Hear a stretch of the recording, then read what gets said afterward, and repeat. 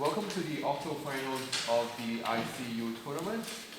To promotion of that true democracy would allow citizens to vote for authoritarianism. We have Oxygen on government and Joshua Park on opposition. I'm the chair Vincent, and my panels are Keisuke and Yoko. And so without further ado, may I now call upon the Prime Minister to start the government's case.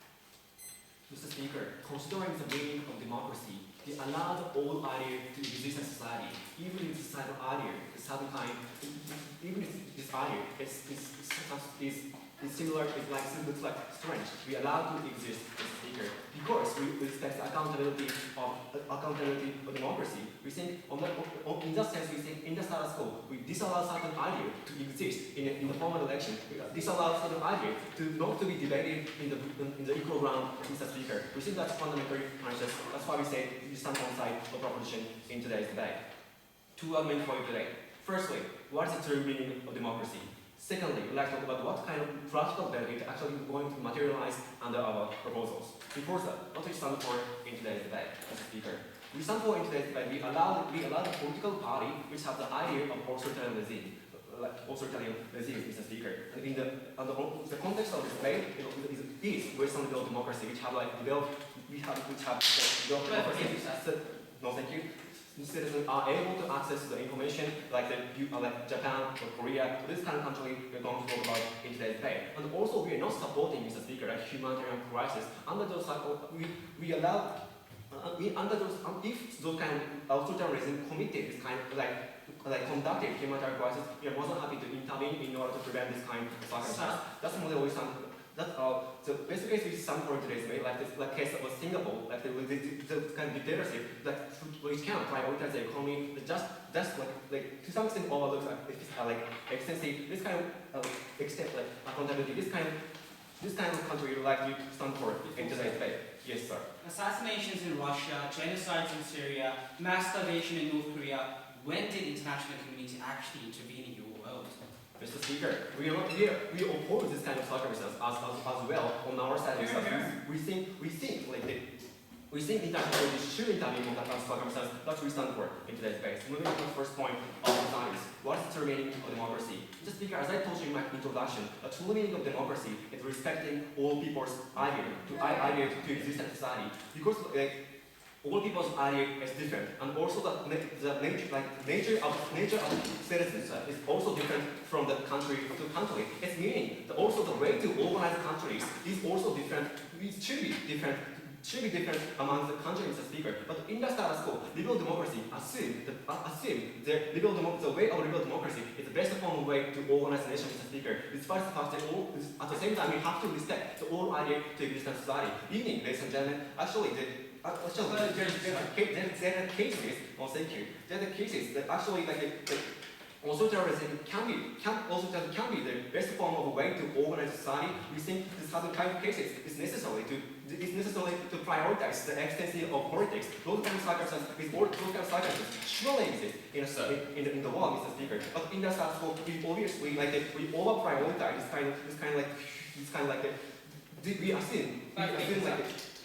we assume all extensive always liberal democracy is the best form of way in a society. We think it's fundamentally conscious because citizens' nature is obviously different, Mr. Speaker. And also we think in the status quo, citizens are capable enough to access all kind of information. But what is an authoritarian regime, Mr. Speaker? We only access the case of no, there's many examples. Actually, authoritarianism fail many times. That's why citizens are rational. Citizens have capacity to consider like what is authoritarian regimes, and also we think firstly also. And also secondly, in the form of election, actually many political parties engaging each other, they criticizing each other. That's why we say those kind of harm of authoritarianism is also necessarily visualized in the time of election, Mr. Speaker. That's why citizens are all capacity to access the information.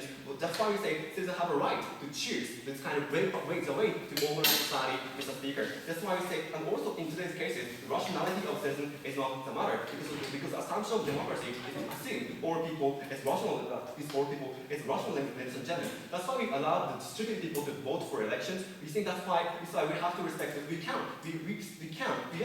understand that we can allow this kind of idea to be entered in the election. Yes. So what's the unique benefit of let's kill the Jews? Wait, that was 1930s. We are not supporting this kind of circumstance as well under our program. Those kind of humanitarian crisis also should be intervened by the international community.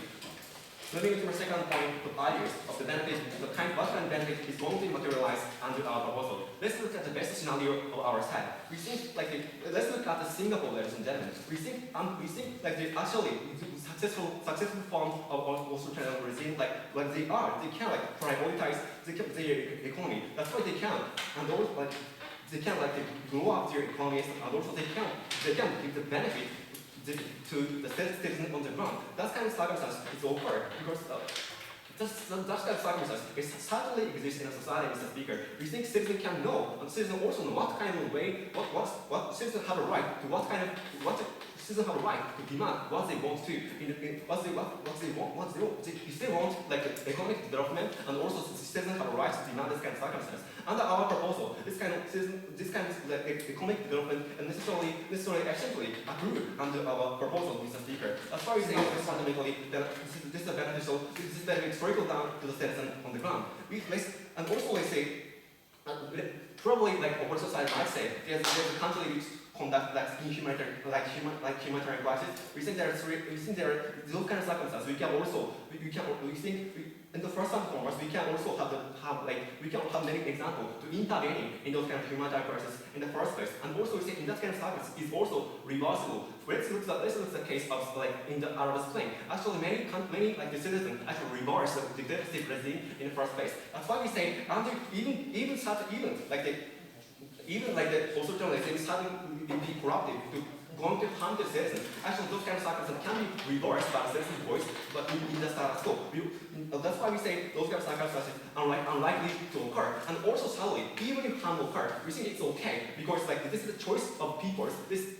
Who have capacity to consider their situation, Mr. Speaker. That's why we say even if worst case occur, we think it's the choice of citizens, and furthermore, that's unlikely to occur. That's why benefit is much more bigger than the harm. And also we say it's principally beneficial. That's autonomy for democracy. For all those reasons, we're very proud to propose.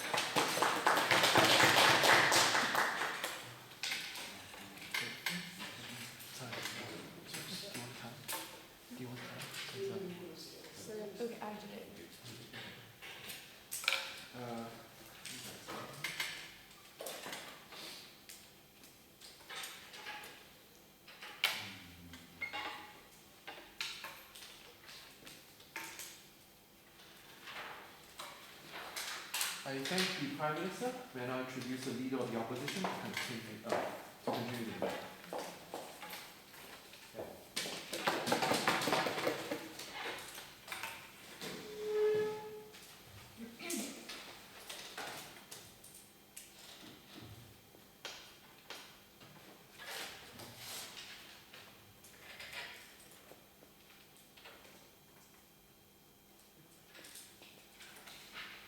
The affirmative side today has been telling us that democracy allows all ideas in the society because we have accountability. But we don't think in authoritarian regime we really have that kind of accountability. And furthermore, in status quo, not all the ideas are allowed, even in a democratic society. When we recognize the individual's rights or life is threatened, and we think this authoritarian regime is the first thing that we have to exclude.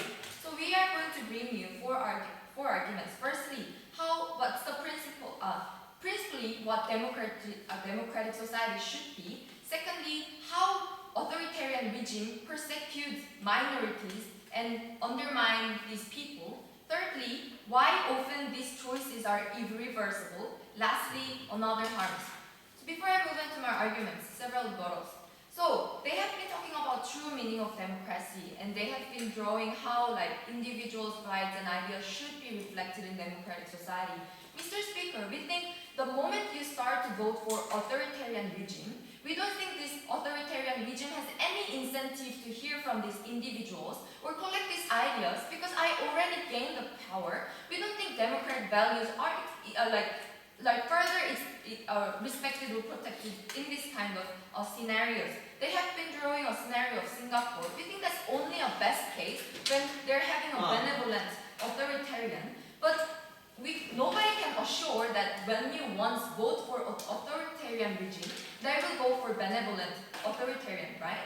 They can be any kind of cases like Syria or Zimbabwe or North Korea. We don't think that can happen. Furthermore,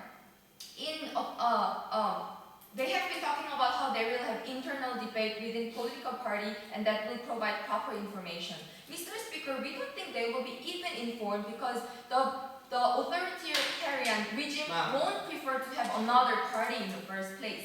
They have been telling us citizens will know they will have the right to demand. But in the status quo, Mr. Speaker, in a lot of authoritarian regimes, they are always threatened with their basic human rights. We think it's not going to happen, and especially because these powerful regimes are going to hold for a long time, it will be irreversible. Yes. So everyone knows that the authoritarian regime has no accountability. Having this point, citizens choose this regime. Why don't you respect this choice in true democracy? The reason why we think we should not allow is because citizens are not capable to calculate this kind of information, Mr. Speaker, in the first place. That is why we're not allowing this kind of big threats to come and threatens the life of these individuals. So what should democratic be like? Mr. Speaker, we also agree that the individual citizens have the self-determinations. That is why we allow majority rules. But it's always limited to certain extents. Like in liberal and true democratic society, it's inevitable to we give basic rights to everyone, right?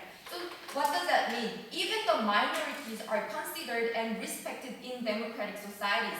Why is this so important? Because in our society, every individuals are in certain circumstances minorities. For example, you might be coming from different genders, ethnic groups, or races, or religion. That is why we should always care about these minorities as well. But what is happening here is because authoritarian regimes are having more powers, these minorities won't be considered in the first place. That is why we limit this kind of majority rule in democratic society. Unless you're coming from powerful majorities, you're more likely to be prosecuted, you will be forced, and your basic rights will be infringed because you are not helping our political group to move on and do express our powers. So we think this is already against the true value of democracy. Especially this is very heinous because not everyone will vote for authoritarian regime when they're voting, right? So these people who didn't want to follow the authoritarian regime will eventually have to be forced to follow this. We think this is already going against the true value of democratic society. And how does this lead to persecution of minorities? Mr. Speaker, let's think about the characteristics of authoritarian regimes. Firstly, violation of human rights. We are going to talk about free from, fear is hindered, and how free from want will be hindered. Firstly, we think in authoritarian regime, they limit the minimum level of social association because they don't want any group coming against these political parties or the powers, and they try to suppress all the political expression because this political regime wants to continue their power. So it limits your voice to this political demand, and furthermore, your because under the active surveillance, your personal privacy will be deprived because this political power have all the incentive to know what kind of opinions are coming from, all the incentives to suppress this kind of minorities. Your basic privacy will be infringed. Furthermore, there is no due process in authoritarian regime. You can be easily snatched, you will be easily tortured, or you can be locked up without understanding why you are brought to the jail or to the room to be tortured, because you just simply have different idea from this regime.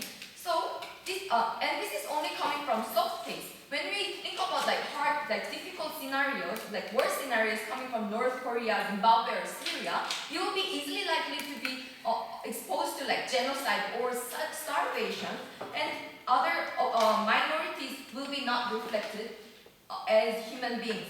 And furthermore, this is going to hinder the free from want, because vocational opportunity will be limited. Simply, regimes will come from those who are related, families, or having different, the same kind of powers. We think this is going to exclude this peasant group, or poors. They will be very limited to have these opportunities.